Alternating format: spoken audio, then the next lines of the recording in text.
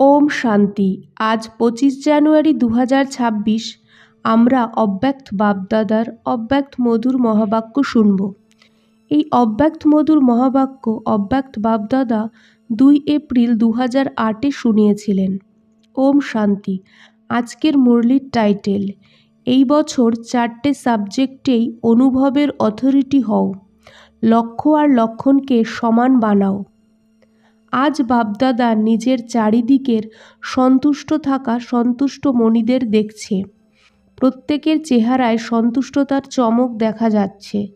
সন্তুষ্ট মণিরা নিজেদেরও প্রিয়, বাবারও প্রিয় আর পরিবারেরও প্রিয়। কারণ সন্তুষ্টতা হলো মহান শক্তি। সন্তুষ্টতা তার ধারণ হয় যার সব কিছুর প্রাপ্তি হয়ে যায়। যদি প্রাপ্তি কম হয় তাহলে সন্তুষ্টতাও কম হয়। সন্তুষ্টতা অন্যান্য শক্তিদেরও আহ্বান করে।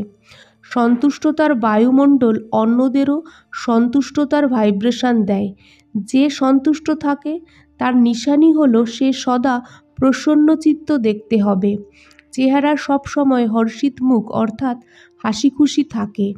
সন্তুষ্ট আত্মার সামনে কোনো পরিস্থিতি স্বস্থিতিকে নড়াতে পারে না। যত বড়ই পরিস্থিতি হোক না কেন, সন্তুষ্ট আত্মার জন্য কার্টুন শোয়ের মতো মনোরঞ্জন মনে হবে। এই জন্য সন্তুষ্ট আত্মা কোনো পরিস্থিতিতেই দুশ্চিন্তা করে না, আর পরিস্থিতি ওর উপর হামলা করতে পারে না, হেরে যায়। এই জন্য অতীন্দ্রিয় সুখময় মনোরঞ্জনের জীবন অনুভব করে। কষ্ট করতে হয় না, মনোরঞ্জন অনুভব হয়। তো প্রত্যেককে নিজেকে চেক করো।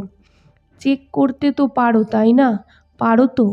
যে নিজেকে চেক করতে পারো, অন্যকে নয়, নিজেকে চেক করতে পারো, সে হাত ওঠাও। চেক করতে পারো তো? আচ্ছা, মুবারক হো।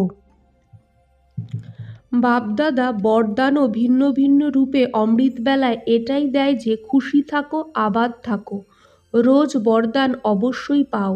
বাপদাদা সবাইকে একই রকম একসাথে বরদান দেয়, কিন্তু পার্থক্য কি হয়ে যায়? নাম্বার কেন হয়ে যায়? দাতা একজন, দেয়ও একরকম, কাউকে এটুকু, কাউকে অনেক তো দেয় না।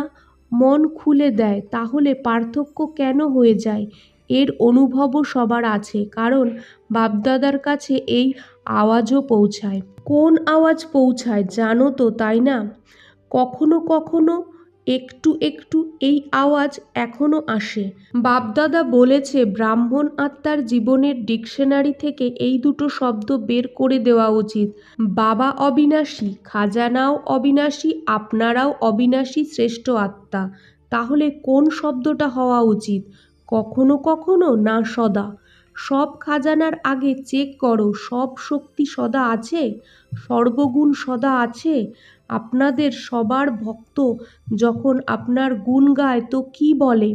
কখনো কখনো গুণদাতা এমন বলে। বাপদাদা তো সব বরদানেই সদা শব্দটা বলেছে। সদা শক্তিমান, কখনো সর্বশক্তিমান তো বলেনি। সব সময় দুটো শব্দ তোমরাও বলো, বাবাও বলে বাপ সমান হও। এটা বলে না যে একটু একটু সমান হও, সম্পন্ন আর সম্পূর্ণ। তো বাচ্চারা কখনো কখনো কি করে? বাপদাদাও তো খেলা দেখে, তাই না? বাচ্চাদের খেলা তো দেখতেই থাকে। বাচ্চারা কি করে? কেউ কেউ, সবাই না। যে বরদান পেয়েছে সেই বরদানকে ভেবে বর্ণনা করে কপিতে নোট করে, ইয়াদও করে, কিন্তু বরদানরূপী বীজকে ফলীভূত করে না। বীজ থেকে ফল বের করতে পারে না, শুধু বর্ণন করে, খুশি হয়ে যায়, বলে অনেক ভালো বরদান। বরদান হলো বীজ। বীজকে যত ফলীভূত করবে ততই ও বৃদ্ধি হতে থাকবে। ফলীভূত করার রহস্য কি? সময়ে কর্মে লাগাতে হবে। কর্মে লাগাতে ভুলে যায়, শুধু কপিতে দেখে বর্ণনা করে খুব ভালো বলে। বাবা বরদান অনেক ভালো দিয়েছে বলে, কিন্তু কি জন্য দিয়েছে? নিশ্চয়ই ফলীভূত করার জন্য দিয়েছে। বীজ থেকে ফলের বিস্তার হয়। বরদানকে মনে করে, কিন্তু বরদান স্বরূপ হওয়ার ক্ষেত্রে নাম্বার হয়ে যায়। বাপদাদা প্রত্যেকের ভাগ্য থেকে খুশি হতে থাকে, কিন্তু বাপদাদার মনের আশা প্রথমেই শুনিয়েছিলাম। সবাই হাত উঠিয়েছিল। মনে আছে, আমরা কারণকে সমাপ্ত করে সমাধান স্বরূপ হব। মনে আছে হোমওয়ার্ক? অনেক বাচ্চা পত্রের দ্বারা লিখে জানিয়েছে ভালো হয়েছে, অ্যাটেনশন গেছে, কিন্তু বাপদাদার যে শব্দটা ভালো লাগে সেটা হলো সদা। এটা আছে? কোন কর্তব্যের জন্য ব্রাহ্মণ হয়েছ তোমরা? বিশ্ব পরিবর্তক তো তোমাদের টাইটেল, বিশ্ব পরিবর্তন তোমাদের কাজ। আর সাথীকে বাপদাদার সাথে সাথে এই কাজে তোমরা সঙ্গী হয়েছ। সফলতার চাবি হলো দৃঢ়তা। মনে করতেই হবে, এর বদলে কখনো কখনো করছো। চলছি, করে নেব, এই সংকল্প দৃঢ়তাকে সাধারণ বানিয়ে দেয়। দৃঢ়তায় কারণ শব্দটা আসে না, নিবারণ হয়ে যায়। কারণ আসে, কিন্তু চেকিং হওয়ার কারণে কারণ নিবারণে পরিণত হয়।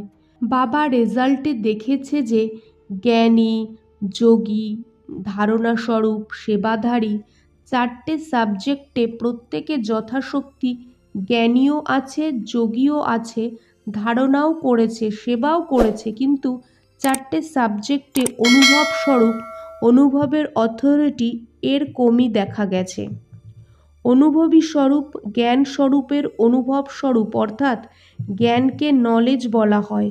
তো অনুভবী মূর্ত আত্মাতে নলেজ, অর্থাৎ বোঝে যে কি করতে হবে আর কি করতে হবে না। নলেজ লাইট আর মাইট। তো অনুভবী স্বরূপের অর্থই হলো জ্ঞানী তু আত্মার সব কাজে লাইট আর মাইট ন্যাচারাল হওয়া চাই। জ্ঞানী মানে জ্ঞান, নলেজকে জানা, বর্ণনা করা, ওর সাথে সাথে সব কাজে লাইট মাইট থাকা।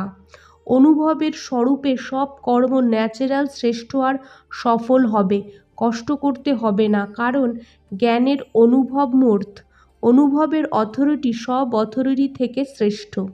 জ্ঞানকে জানা আর জ্ঞানের অনুভব স্বরূপের অথরিটিতে সব কর্ম করা, এতে পার্থক্য আছে। তো অনুভবী স্বরূপ আছো? চেক করো। 4টে সাবজেক্টেই আমি আত্মা, কিন্তু অনুভবী স্বরূপ হয়ে সব কর্ম করো তো? অনুভবের অথরিটির সিটে সেট আছো তো? শ্রেষ্ঠ কর্ম, সফলতা স্বরূপ কর্ম, অথরিটির সামনে ন্যাচারাল নেচার দেখা যাবে। ভাবে কিন্তু অনুভবী স্বরূপ হও। যোগযুক্ত, রাজযুক্ত নেচার হয়ে যাও, ন্যাচারাল হয়ে যাও।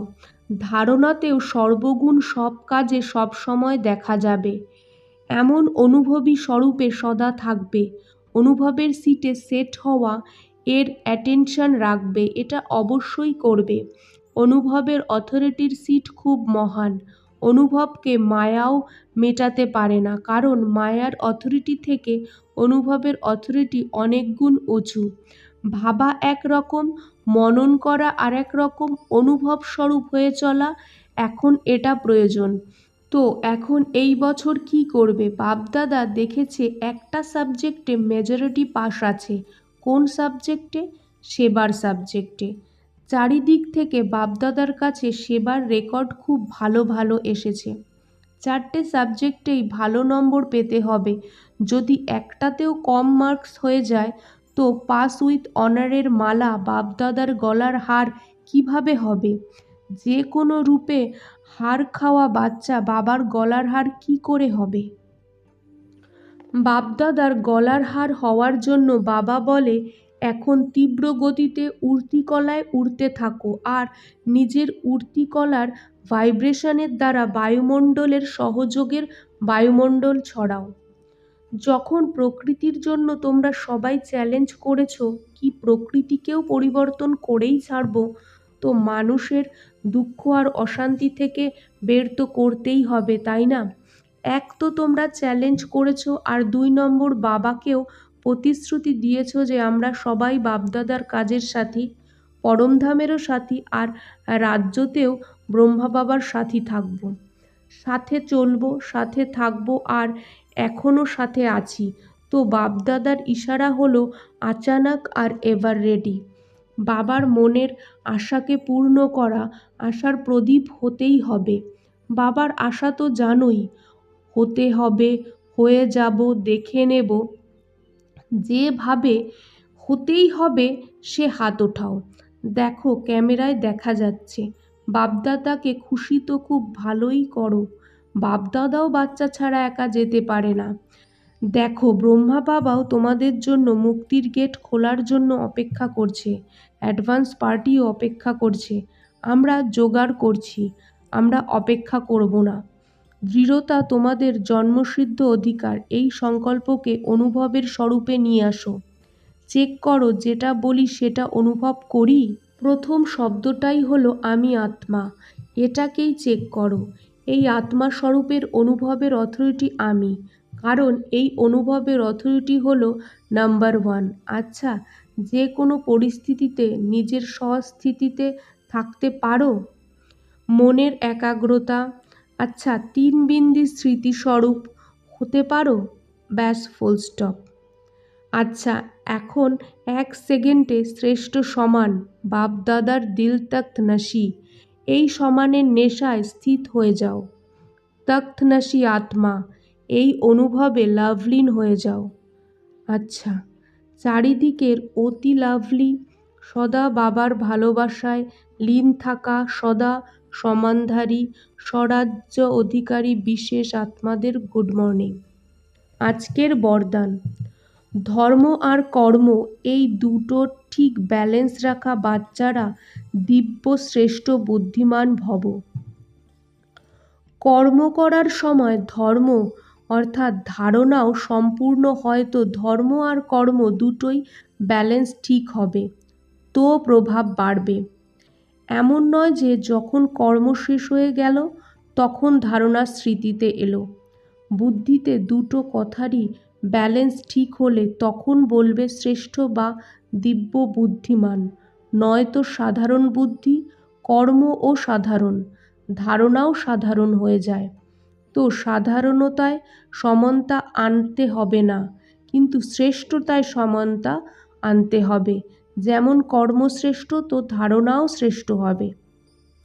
আজকের স্লোগান, নিজের মন বুদ্ধিকে অনুভবের সিটে সেট করে দাও তো কখনো আপসেট হবে না। ওম শান্তি।